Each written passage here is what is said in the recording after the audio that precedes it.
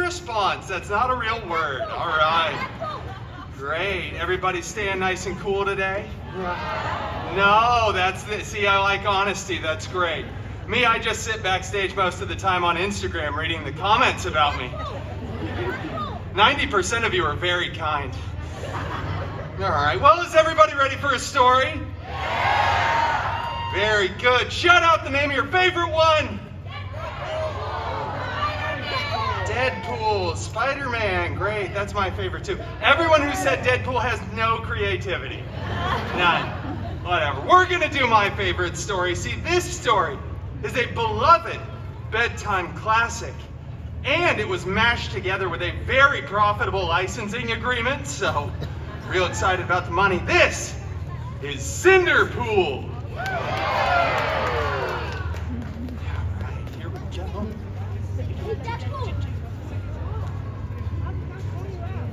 It's not real, of course. $1 billion company can't get me a lamp. Once upon a time, just doesn't feel right when I do that by myself. We should all say those words together. Ready? Once upon a time. That might be the best one I've ever heard. So good, I'm so proud of you all. Once upon a time, Cinderpool lived in a big mansion with his step professor and step mutants. That's right, the biggest of those step mutants, Colossus, was always making up silly rules for the house like, hey, don't put your initials on other people's leftovers in the fridge. And of course, for the love of Feige, stop hanging your underwear from the ceiling fan. What is wrong with you? Have you no Anyway, the other step mutant, Negasonic Teenage Warhead, was always texting and rolling her eyes. She was so Gen Z. Both of these step mutants were very jealous of Cinderpool because Cinderpool had a much larger fan base than they did. That's right, nobody came to Colossus's story time. One day, an expendable, non-union extra went running in front of the mansion screaming King Thanos was going to have the biggest battle of Phase 3. And we all know that was the last good phase. Cinderpool desperately wanted to go to the big battle, but Colossus said, "No.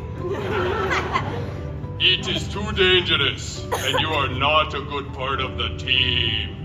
Then he rips apart Cinderpool's favorite costume, and Negasonic blasts it with her powers. It was so cool, so Gen Z, so on fleek, no cap, sigma, skibbity, Ohio. That hurt to do. Cinderpool was distraught, was vulnerable and exposed as he stumbled out onto the mansion grounds, weeping for dramatic effect. But then he looked up and noticed, beginning to form, a magical golden sparkle circle. And out of that sparkle circle stepped his fairy, hairy god-mutant.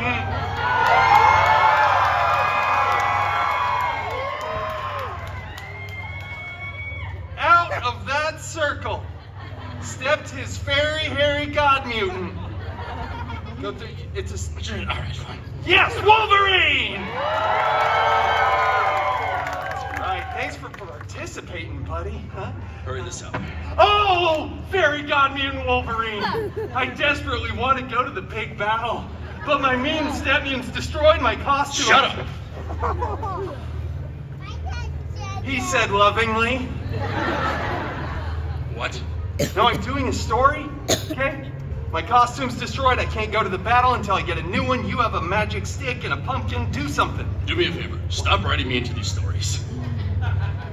Great, well, with that completely unwanted advice, Cinderpool figured out his own thing. He ran to the wardrobe department, grabbed a new, freshly laundered costume, and headed to the big battle. That's right, he was late, because he stopped for some chimichangas at 7-Eleven along the way. Yeah, 7-Eleven doesn't sell chimichangas anymore, so he had to go to 3 other gas stations. Anyway, when he got there, the Avengers were winning.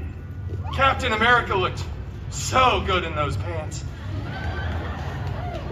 He looked for his fairy god-mutant Wolverine, who was... I'm going to Pim's.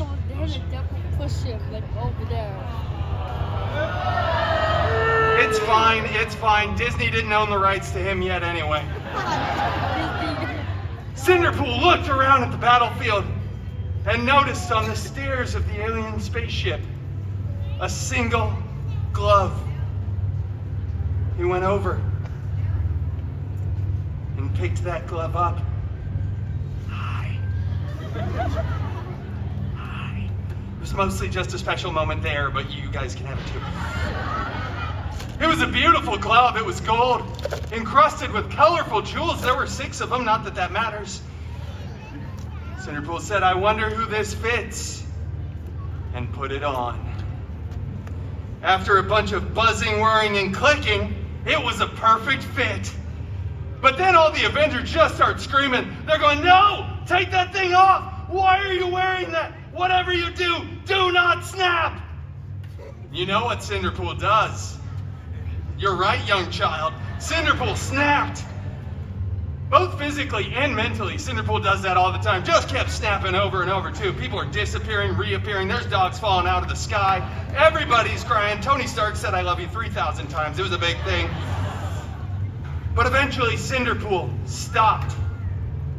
Everybody was back.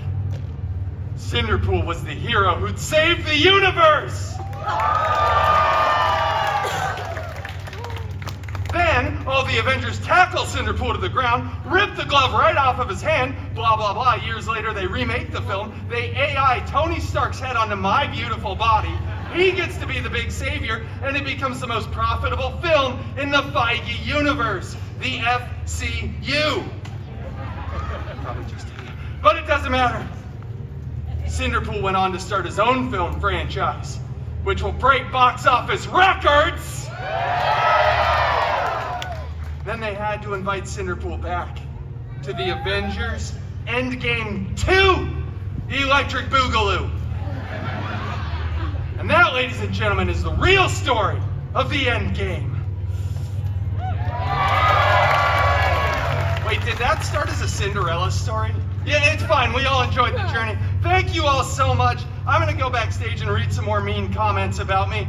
But everybody, thank you for joining me for story time with Deadpool. Wonderful. You're all great. That's amazing. Wow, look at all those roses. So cute. I have people for that. Bye.